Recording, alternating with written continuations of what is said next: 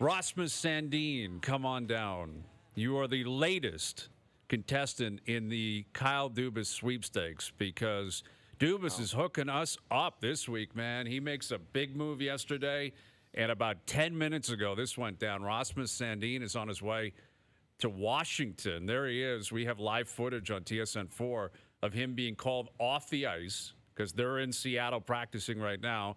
Sandin pulled off the ice.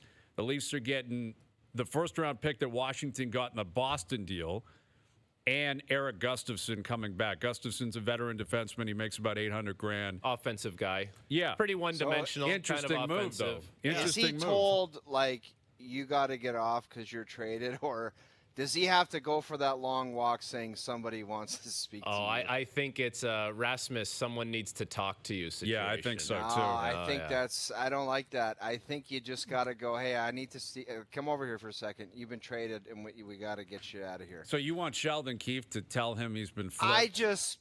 Hazy, would you like that walk? You know what that was. That's walking the plank, man. You're done. Yeah, here's the thing. I think Rasmus Sandin loves that walk. He may have welcomed that walk. I think he wanted that walk because there were a lot of rumors, during the contract negotiations. He wasn't ecstatic with the way that went down, where he fits into the fold. And when Rasmus showed up at the rink today, he realized he was the odd man out. Yeah, and that's not fun because they had the Springsteen, and it's like, yeah, guys, we're going to go on a run here. Oh, yeah. But I will say this, and Hayes, you've talked about this before. It's like, it's okay to part with some of what you have. It's like to be in love with every piece you got is just insane. Like to think, oh, what would we ever do without Rasmus Sandin?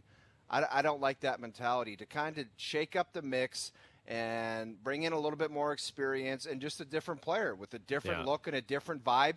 Maybe the whole vibe will be different if you have enough different vibes. Bunch of mini vibes turn into one big vibe. It's such a vibe. There's a sprinkling of vibes. As the kids like to say, it's a vibe, Jeff. But if you think about Sandin, like he's basically been a third pairing guy and he's done well in that role. That might have been it for him here on this team. Like, there might not have been an opportunity to be in the top four and to take another step, and you're somewhat limited in his ceiling. So maybe it's a little bit of a mutual kind of thing. I'm suggesting it probably is mutual, or if not, even more of a push from Sandin, who didn't love the bulk barn vibe that was coming from the Maple Leafs. There's a vibe on this show today. A lot of vibes right now because What's Sandin. the bulk barn vibe? Well, if you're taking a little bit of vibe over here, a little bit of vibe over there, you start mixing and matching. There's a bulk barn vibe. You get a lot of possible vibes at the bulk barn. And I think Rasmus probably knew that he was the odd man out. And once he showed up again at the rink today and realized Jake McCabe is here, and McCabe's here for 2 more years after this, Riley's here, Brody's here, Liljegren, I think, has outplayed him and moved up the list. Fair to say. And Gio's still got another year. Giordano's still got another year. I don't know if he'll play it.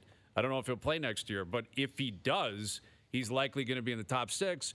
So I think for Sandin, this is something you likely welcome. It's difficult to go through, but you go to Washington. They're a team in transition. They're going to give him a chance to play. I'm not convinced Gustafsson and this first-round pick make it to 3 p.m. on Friday. I could see the first-round pick going right back on the table for something else.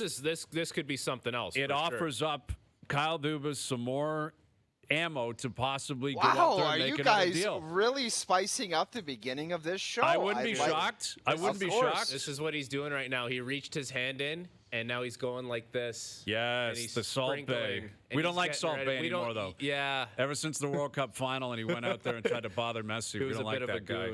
But that's what Dubas is doing right now. Absolutely. And it kind of just leaves the door open to, do you need Gustafsson? You probably don't need that guy. You're probably not going to get much for him specifically, but that first-round pick, I don't know. You can package up something. Value, absolutely. That has more value than Gustafsson. Well, could you imagine if Dubas traded 3 first-round picks within 2 weeks? Like, that is a draft schmaff Cliffy Fletcher type play, man. How about this, though? He got a first-round pick for Rasmus Sandin. Yes. Right? Like, that's valuable. Significant. Listen, that says something about how I think the league feels about Sandin, and that doesn't mean the Leafs didn't feel this way. Sandin was a first-round pick. He's a guy that's grown and developed. I don't think he's had a great season. He has not been a very consistent player. I like his talent. I like his ability. He's not going to be a superstar.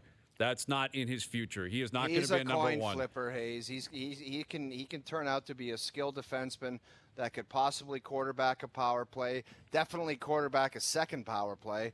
But he's kind of a tweener, and the next 3 or 4 years is going to depend on what he does on the ice. He could be like an Alex Steen, where I don't think the Maple Leafs they didn't know what Alex Steen was all about. I did, but they didn't, and they're like, we're going to move on from this guy, and he went to St. Louis and turned into a star player.